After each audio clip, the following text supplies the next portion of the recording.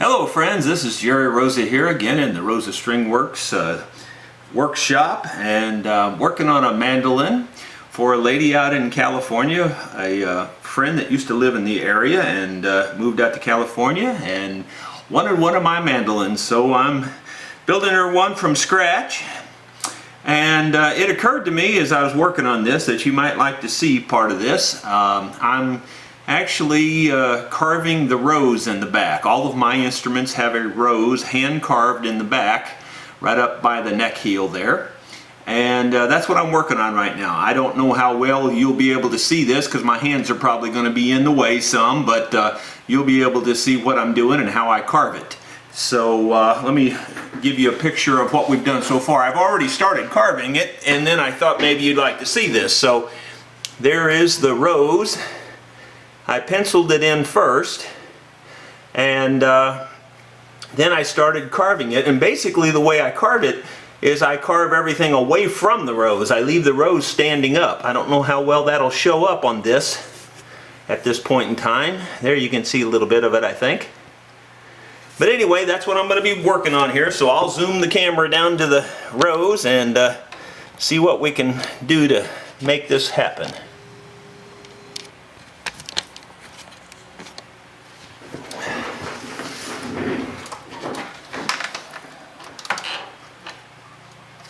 I'll be looking through a magnifier as I'm carving this. Basically, I'm tracing it with a X-Acto knife. First thing is what I'm doing. I'm actually tracing the lines with the X-Acto knife. Then I come back and I cut an angle back towards the line, try not to cut into the piece, into the rose. And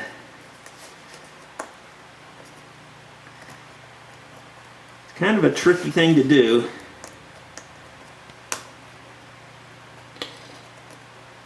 And just like all wood, some directions you cut work better than others. So sometimes I have to turn around and go the other way because it just isn't working, one reason or another.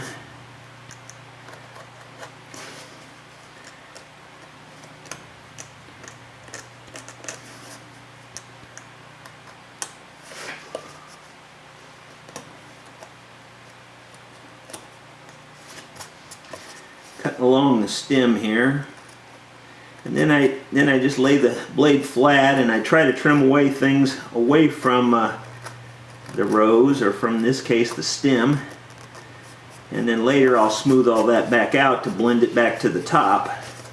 And then it looks like the rose was just kind of stuck on top of this when I'm done. I left this area just a little bit thick when I started carving. All my instruments are carved. Everybody says this, but this is a little different case. Everybody says they build their mandolins like Lloyd Loar mandolins, of course, and I do too, but the difference is I was able to take apart a Lloyd Loar mandolin a number of years ago, and I measured it in thousands of inches all over. And so when I say I build mine like a Lloyd Loar mandolin, I'm pretty much talking about you know, the exact Lloyd Loar mandolin. And the one I took apart just happened to be one of the best ones out there. It really was one of the very best mandolins. And it's still being played today. The reason I took it apart was the neck had come off of it like 3 times. They had sent it back to Gibson, and they had glued the neck back on 3 different times, and it kept coming loose. So the owner of the mandolin finally just put it in my car and said, "Son, I know you'll fix it right. I want you to fix it." And I said, "Well, I have to take it apart to fix it right." He goes, "Are you crazy? Take a Lloyd Loar mandolin apart? Are you nuts?" I said, "Well, I can just stick glue in there and it'll last another month or so, just like always, and come apart if that's what you want me to do. Otherwise, I'll take it apart, clean the joint 100%, and trying to get this in the best position for you. And then I'll put it back together and it'll never come apart again." And that was about 20 years ago, I guess, or maybe a little longer. And they're still playing the mandolin. It hasn't come apart since. But Mama didn't raise no fool. While I had it apart, I studied it really close.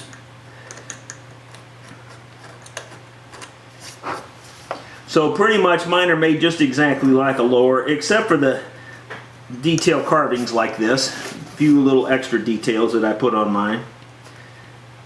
This particular mandolin, this back, if you're wondering what kind of wood it is actually sycamore that I was grown right here on my farm. You can see the pattern in the sycamore there. It's kind of a close-up shot, but very pretty wood, very hard wood, has a very good tone to it. Makes just about as good a mandolin as the maple, really. It really makes a good mandolin.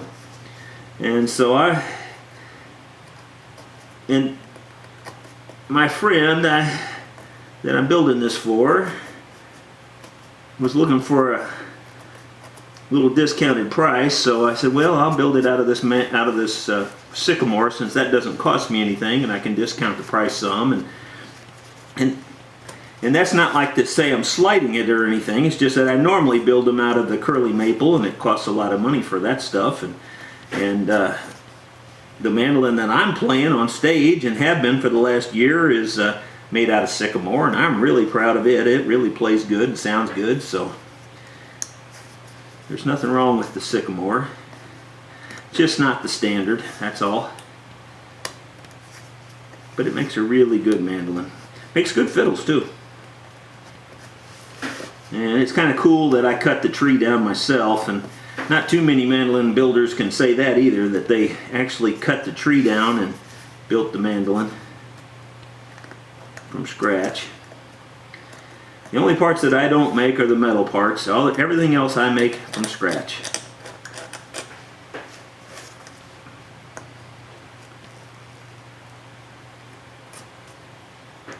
In case you're wondering, my mandolins start out at 5,500 and go up from there depending on how much detail you want. They all come standard with this rose carved in the back. You can see how much work it is. It's quite a bit of work carving this. And it's one thing to carve it, and then it's another thing to make it smooth around it so that it doesn't look like it was carved too much. I try to smooth it all around really nice. That takes a lot of time too, where the finish will be smooth around it and stuff. Okay. Well, getting pretty close to having the whole perimeter done now. I've gone all around this other side over here. This side's all done on this side over here. And now I'm carving this side to come back around to match up. Then I'll need to carve all the detail in the leaves, like the little veins, and the detail in the rose itself, all the petals. And then there's some detail in between here, all these leaves that has to be carved away. First thing I do is just outline the whole thing and get it standing proud of the back of the mandolin first.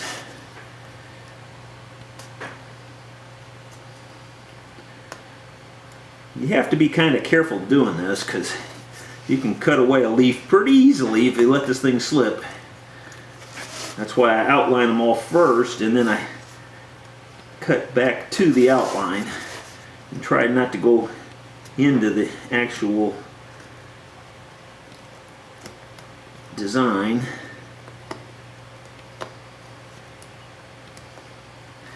And of course, the reason I use the rose is that's my logo, because Rosa is my name, and that means rose, of course, in Latin.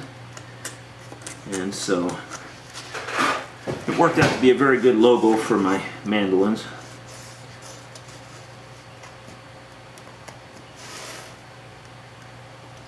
And if you're also wondering, I've been building mandolins since 1983, so it's not like it's the first one I've ever done or anything. And I guess the most famous mandolin player that played one of my mandolins, although very, very few of you will have ever heard of him, his name is Carmine D'Amico. Probably his most famous thing that he did was he played the soundtracks on The Godfather with the mandolin, on the Godfather movies. I built him a custom 10-string mandolin. You don't see those every day either. Custom 10 strings. They don't make tuners for 10 strings, so I had to take 2 sets of tuners and do a very fine job of cutting them apart and then putting them back together. And when I got done, you could see a very fine line where I had cut them apart and put them back together on the back, but you really couldn't tell it unless you were looking at it very close. Had to make a slightly wider neck because of the 10 strings. And of course, if you're wondering what the extra pair of strings was, it was a low C, just like they do on 5-string fiddles. And he loved that mandolin. I got to tell you, he's passed away now, but for the first year that he owned it, and it sounds kind of crazy, but he really did call me every week and tell me where he was using that mandolin. He played it with a lot of famous people, and I hate to even quote any of it because a lot of it I just kind of listened to. I didn't really pay that close of attention, but I believe he played it with people like Frank Sinatra and all kinds of people. I mean, just crazy. I know he played with those people. I don't know that he played my mandolin with them for sure, but I'm pretty sure he did. Or if not him, some other famous people for sure. Frank may have died before I built this one. I can't remember, but I know he told me he played with Frank. That's all I do know. I do remember that. He played with a lot of other famous people too. He was on lots of albums.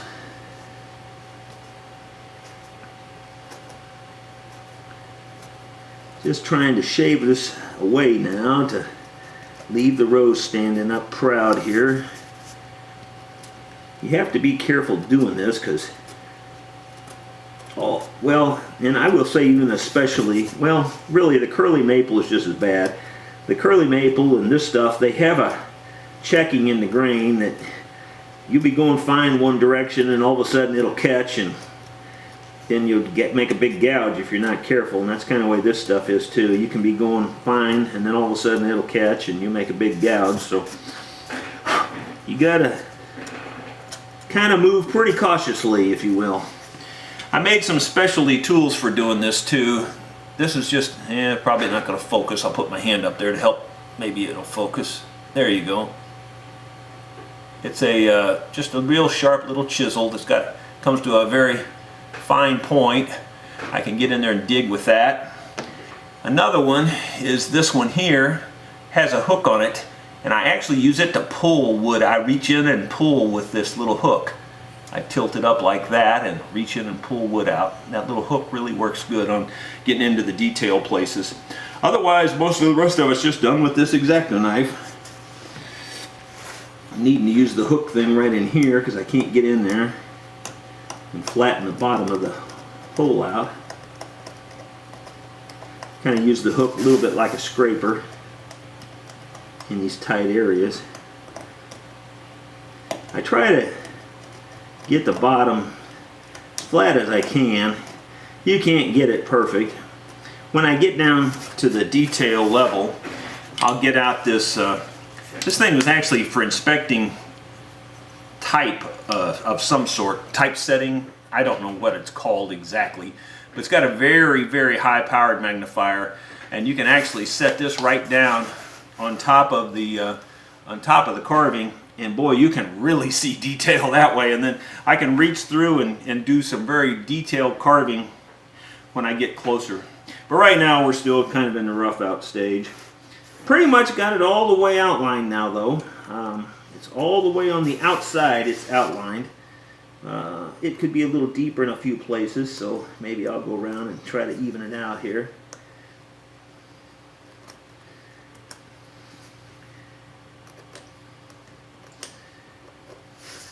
Okay, that's pretty good.